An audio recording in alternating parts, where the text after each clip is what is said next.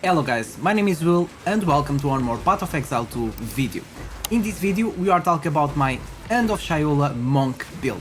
Don't forget to subscribe. So at the moment this build is pretty cheap to get. You can get most of the items for just a few exalteds. It's just ridiculous how few exalteds you need to make this build.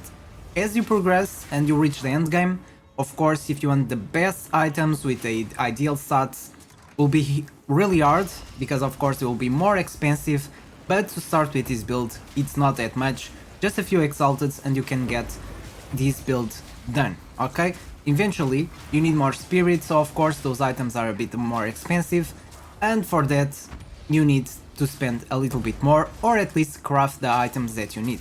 Alright, so you're gonna start talking about this build, the build I have, and I'm gonna talk about some alternatives and how this works, how to play this build in every mode of this game. Alright, this build is very strong, you have loads of mana, you don't have life, but you are immune to chaos, and you have a huge shield. I have 3700 at the moment, and you can get even more, it really depends on what you need at that moment. I feel like 3700 it's pretty good, it's really hard to be one-shotted with this build, and it's really strong. Okay, so I'm gonna start talking about the passive tree firstly, because there are some things here that will help you to understand all my skills and my stats, items and everything. So starting with my build, basically I have a mix of leech, mana leash, energy shield and immune to chaos and other stuff. Alright, it's basically a poison build, so I'm gonna start with Ascendancy. Firstly, you really need some stats on your gear, okay? You need this leech of physical attack damage as mana. Of course, poison damage is not physical attack, but when you hit the target, the first hit of your arrows, or when you're using the Vine Arrow, and some of that damage, or the Plague Nova, it's converted to a little bit as physical, okay? So we are always recovering your energy shield with Mana Leash, because of this Ascendancy point. This one, Mana Leash effects also recover energy shield, and we have plenty of ways to recover our energy shield. The first one is the Mana Leash, okay? And that's why we have these points here to increase our amount of Mana Leashed, okay? This will be massive. There's also some sockets, some support gems. There's a support gem that can increase by 5% as well, but every time you hit a monster with the gas arrow, you will be getting some energy shield and mana recovered. Also, from this Into the Breach, when you get this one, basically, it spawns these flames of Chayula, alright? So every time it spawns a blue flame, since you have that mana leash, that blue flame will be converted not just to mana, but also to shield, okay? So besides, we have Grim Fist as well, so besides getting some recover of their energy shield from the Grim Fist, you also getting some energy shield from these flames, the blue flames of Chayula. Alright, we don't need the red ones because we don't have HP. So, starting with our passive tree, we have some nodes with skill speed, mana regeneration, evasion rating. Then you guys can notice I have a lot of intelligence because I have some skill gems that need intellect, like Blasphemy or Despair or this one, Dark Effigy. Alright, there's two alternatives you can use, Dark Effigy or the other one from the ice skill that I'll show you. Alright, but let's just talk about the passive tree. I have some physical damage, attack damage, we have the life recovery from flasks applied to energy shield because we don't have any life anyway. We have 1 maximum energy shield per 12 invasion rating on equipped body armor, so you want to make sure to have loads of invasion in your body armor. Then we have maximum life becomes 1, immune to chaos damage. We have some more intelligence and maximum energy shield. And we have all these poison nodes here, more poison nodes. We have some chaos damage. And I'm using this one on my amulet because I was lacking some dexterity. I don't think I need it anymore at this point, but I'm trying to find out which is the best one to use on my amulet, because I'm not sure. There's one somewhere here that I was thinking about using, but at the moment I'm using this one. For the poison build, there's no perfect instill on your amulet. It's really up to you what you really need at this point. Then we have this one, 2 plus invasion rating per 1 maximum energy shield. So on your helmet you want to use one with loads of energy shield. Okay, the more energy shield you get, more invasion rating. Then we have more attack damage here, more invasion on this one when you are full life. Will be full life all the time. It's the same thing as this one, will be low and full at the same time, at all the time. Some more poison. Then we have this one from the quiver, some more poison nodes here and some more attack damage here, and also one more gem here. So this is basically the build. I'll leave a link below with this passive tree. I'm 91, so what I want to do to finish this build will be completing, I'm still deciding if I'll be completing these ones and will be these ones and these ones, or if I'm going just with chaos damage, but that's something I'll test when I get the enough points for this. Alright, so this is basically the passive tree and what you need to know about this passive tree. So talking about the gear, as I said, it's good to have a lot of energy shield on your helmet because it will be converted to evasion. As you guys will notice, I have a lot of rarity because we don't need life for regeneration, and we don't need chaos resistance, so there's already a lot of stats we don't need, and this way we can prioritize other stats that we need. We don't also need in critical strike, alright? At the beginning, when I did the other build for leveling up, I was using critical strike. At this point, I'm not using critical strike anymore. I'm just going full damage and resistances and stuff.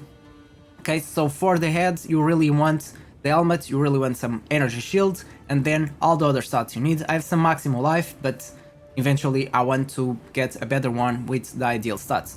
For your bow, you really want some physical damage.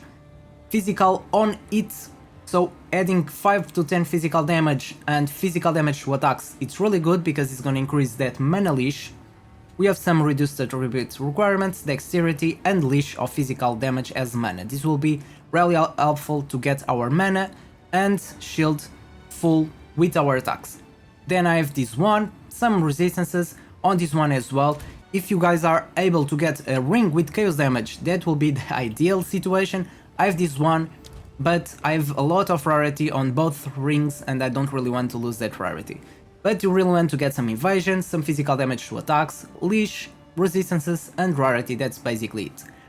Then for the hands will be evasion and energy shield, some other stats that you may need as well. Having attributes on your gear is really good as well, because you really want to get some intellect, because the more intellect you get, the more you can level up your intellect skills like blasphemy, despair or dark effigy.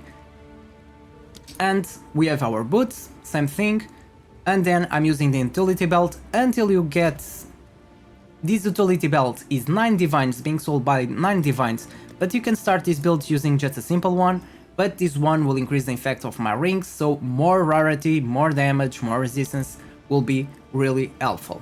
Okay, so talking about the gear, other 2 important things: evasion on your chest is really important, and then spirit. Okay, as you guys can see, I have 54 here and 50 spirit here, and you don't really need both, but at least you need 50 spirit from one of these to increase the strongness of this build. Alright, so talking about the dark effigy, I'm using dark effigy, but there's an option to use Eye of Winter as well, but I'll explain why I'm using these skills and how can you progress to this build.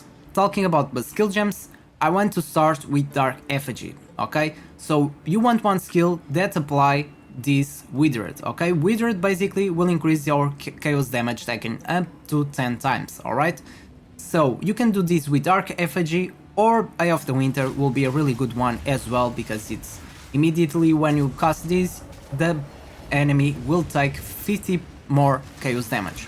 Alright, and I'm using dark effigy just because I have the chaos global skills increased to 1, so it's 17, this one will be is just 16, and it's ice damage. Alright, it's a different type of damage. With this one, the dark effigy is chaos damage, and it's really quick to get those 10 stacks of chaos damage, especially because if you increase the quality of this skill gem, this dark effigy can by itself inflict Withered, okay? So it's really strong, and if you keep it alive, it will do really good damage, okay? So every time you apply poisons, when you place the vine arrow on the floor, this dark effigy will start spamming attacks. The more poisons and debuffs the enemy has, the faster it will be casting skills. So on the dark effigy we have 25% more of extra chaos damage, we have Withered. This, as I said, I'm reducing the damage for 25%, but the dark effigy can itself do this. Of course, if I have this, will be much faster applying the Withered, okay? But dark effigy itself can do it, alright? I've not tested that, but I'll try without the support gem, but with the support gem it's really quick to apply the 50 stacks. Then we have 50% chance to poison on it, and we have the poison applied by support skills, can also break armor equal to 80% of poison damage dealt. Then into the breach, this one is pretty good because every support gem you socket here, it doesn't needs spirit, okay? So I have mana regeneration, I have life per second, I have life recovered on kill, increased accuracy, and increased recovery from life flasks, and all of this is free. As you guys can see, it's not using any spirit, and this is pretty good. Then this one, as I said, is optional. You can use Dark Effigy or use Eye of the Winter. I already tested a lot of stuff here. I tested Rain of Arrows, it can apply the Withered really fast as well, but this is physical damage, so this one will be good to increase your shield and your mana with the mana leash, but at the same time the damage is not that good, alright? Then you can use Solar Orb, this will ignite the enemies and cause explosions. So I did some tests, and with the Solar Orb or with the Flame Wall, what is gonna happen? The poison will last less time because you're gonna explode the poison. So if you explode the poison, the damage at a long term will not be so big, alright? The damage will be reduced, but the instant damage will be higher, okay? So if you are killing a rare monster, you're gonna kill him faster with the ignite and the explosion from the gas arrow.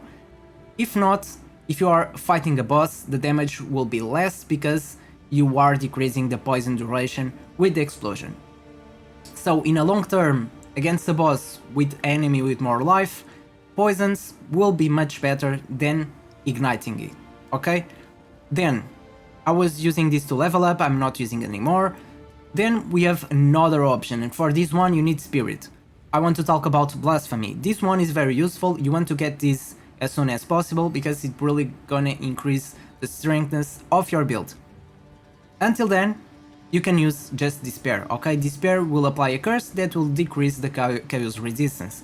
So you can use this until you get a Blasphemy, okay? But Blasphemy will use 60 spirit per socketed curse, but since we add some quality, will be 10 reduced, so it's not 60, it will be 50, okay? So with the Blasphemy, all the socketed curse will apply in an aura around you, so every enemy around you will be cursed with the Blasphemy, so it's much easier to curse them, you don't need to cast anything, will be like automatic, but until you get some spirit for that, use the Despair, alright?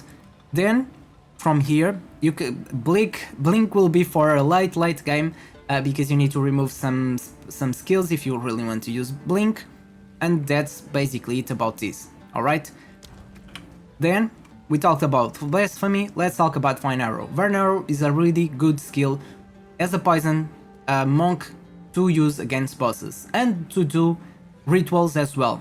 This skill is really good, you can apply Vine Arrow on the boss or in the rituals, and after applying poison on it, the damage will be increased by these vines, okay? As you guys can read here, the damage is increased when you apply poison or when you do poison damage on this plant, okay? And this plant will do chaos damage.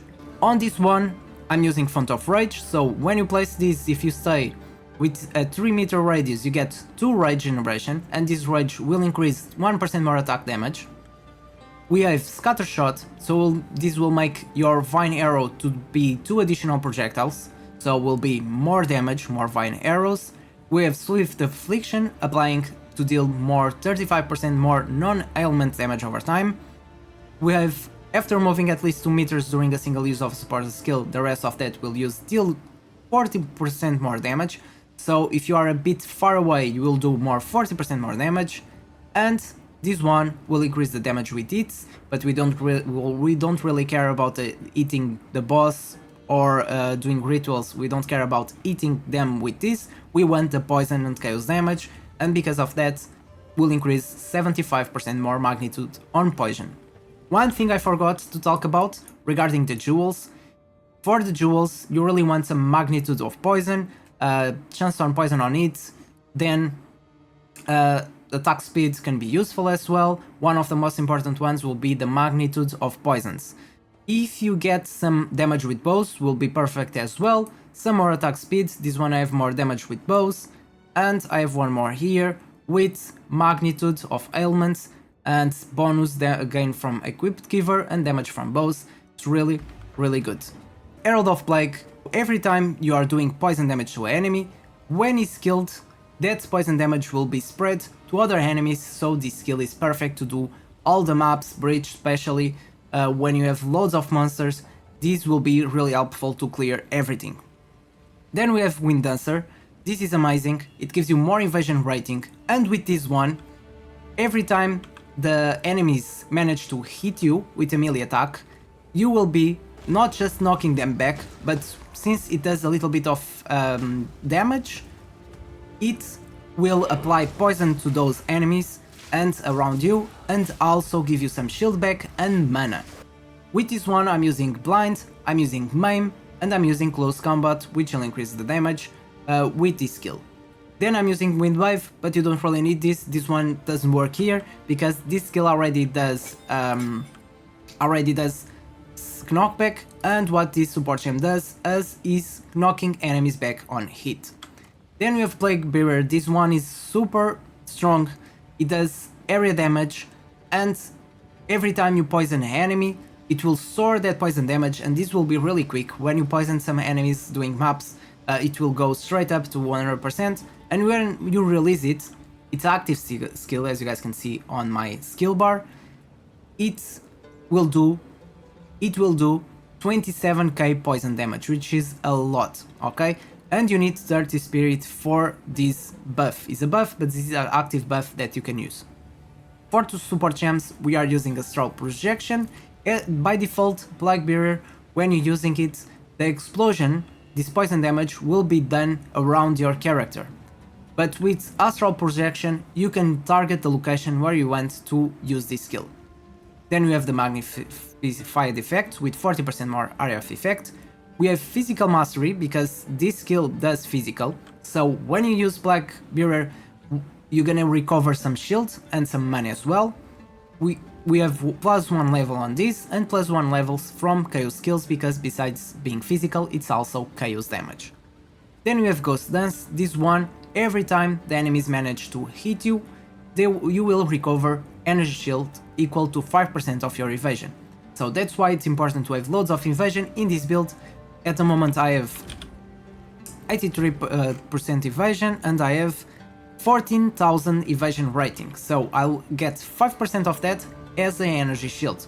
And for this one, we have this 30% less skill effect duration, which means the shrouds you gain will be less than 3.1 seconds. Then we have Grim Fist. This one is really good as well. As you guys can see, this one requires intellect, so if you have more intellect, you can get the levels above. So the higher the level, the higher the energy shield you are getting from this. And how this works is, every time you kill enemies, you have 50% chance to spawn a remnant. And when you collect one of those, you get 95 energy shield. The good thing about this is that it doesn't matter how much is your maximum energy shield, you can get how much Grim Fist you want. So your shield can reach 5,000, 6,000, it really depends how long you will be without the enemy doing damage to you and getting that shield, that energy shield out. Lastly, we have the Gas Arrow, which will be the skill that we use most of the time. This one, you can hit the enemy with the arrow and will leave a poison cloud.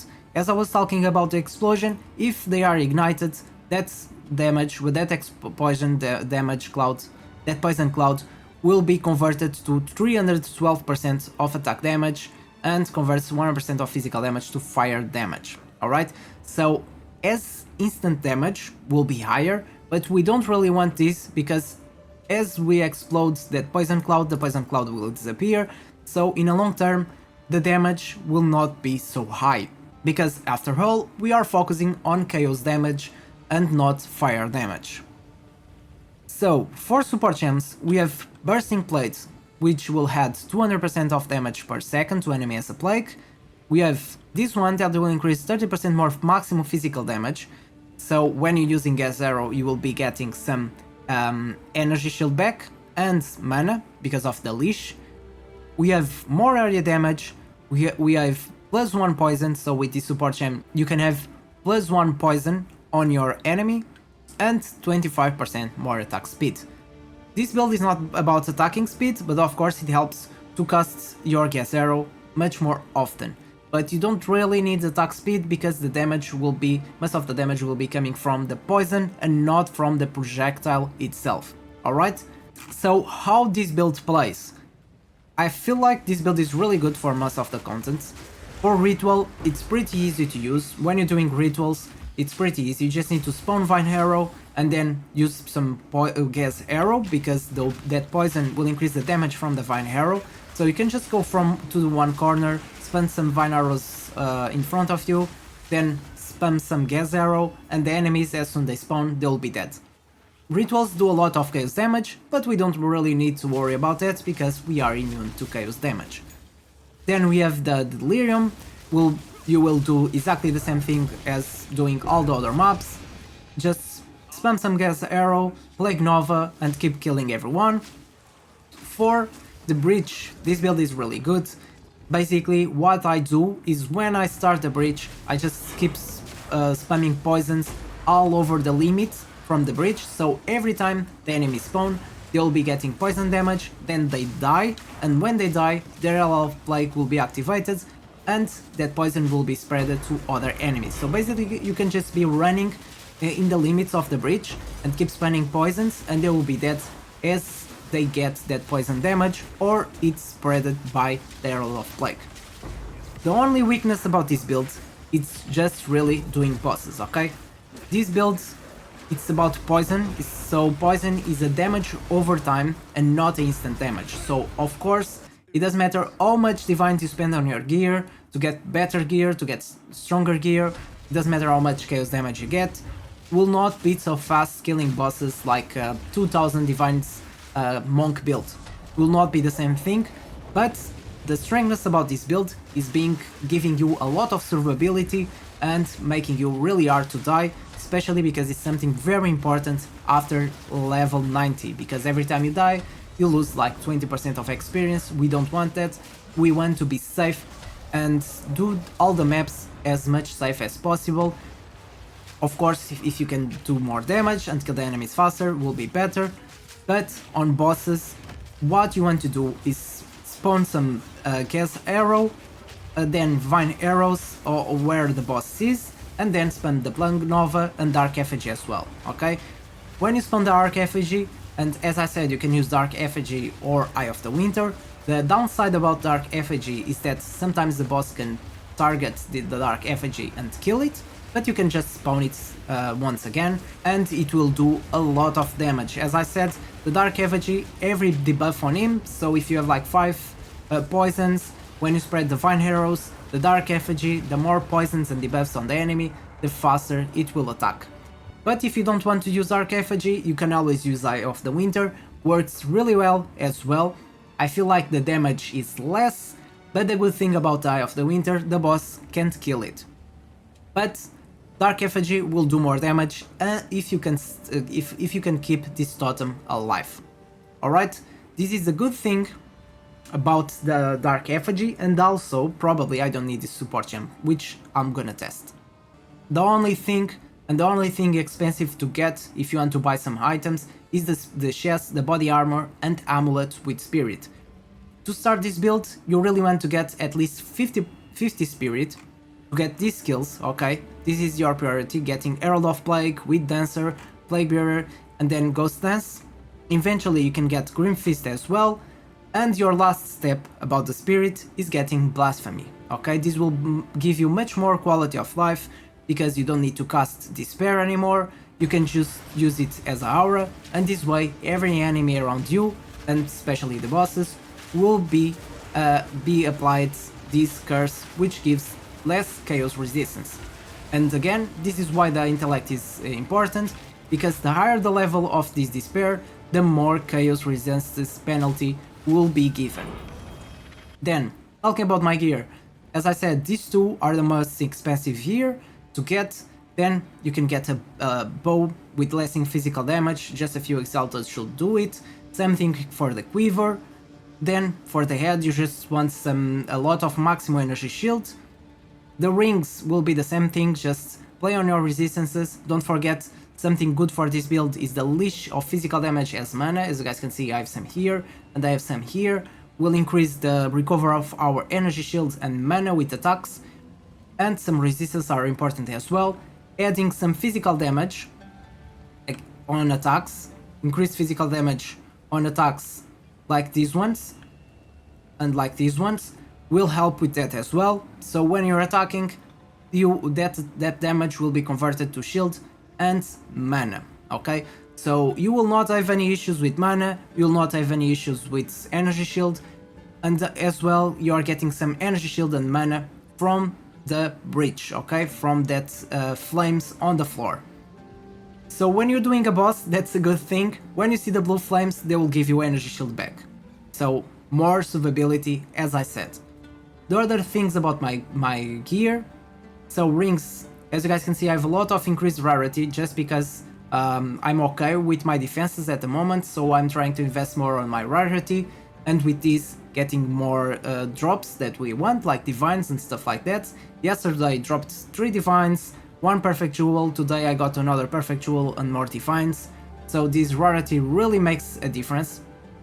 And this belt, get it as soon as possible, because if you have strong rings with high tier suffixes or prefixes, it will help a lot. So I have 40% here, I have 40% here, so almost 40, 38, so 80% more, so 60% of that will be more 40 something, which is a lot. So I have more than 200 rarity at the moment.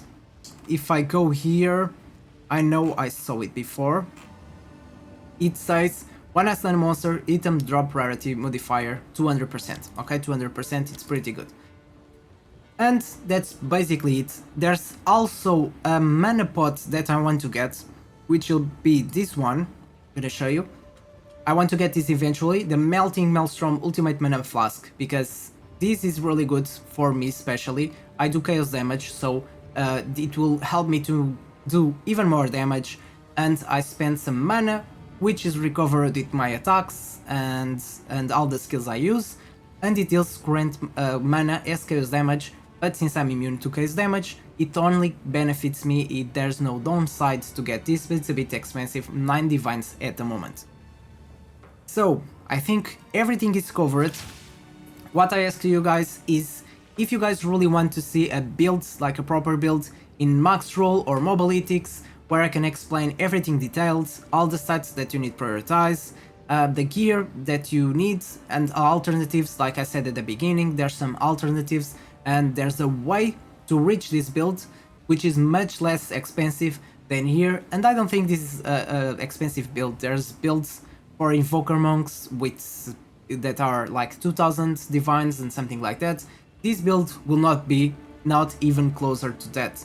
Maybe 50 divines, I would say, maximum you can spend to get the best gear of the world, because there's not much people playing like poison and chaos damage builds, and probably that's why the items are so cheap, because no one wants them.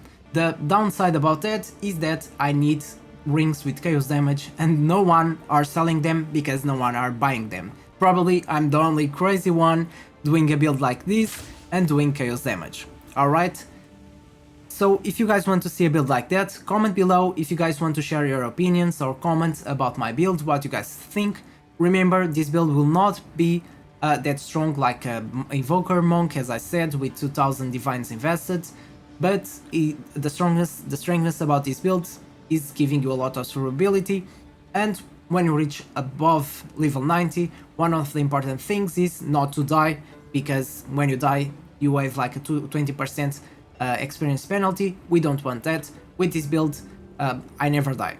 It's almost like that. It's really hard to die unless you are not moving and taking all the damage from a boss.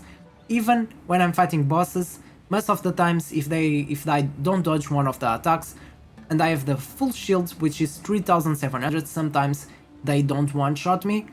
So again, really strong. And if they manage to hit me with one attack and I lose shield, I can just attack them and I get the energy shield back, and collect the blue flames, which give me energy shield as well. So pretty good build. I'm really happy about this build, and I really want to reach level 100 so I can finish this passive tree and get the last points I want, which will give me more damage, and with this I can do bosses faster, because that's the only weakness about this build. It's because it's gonna take a little bit longer comparing to other builds around there. Alright guys, hope you enjoyed this video, and if you don't mind, don't forget to leave that like, subscribe to my channel to follow more content about Path of Exile 2. Thank you so much for being on that side, and see you next time.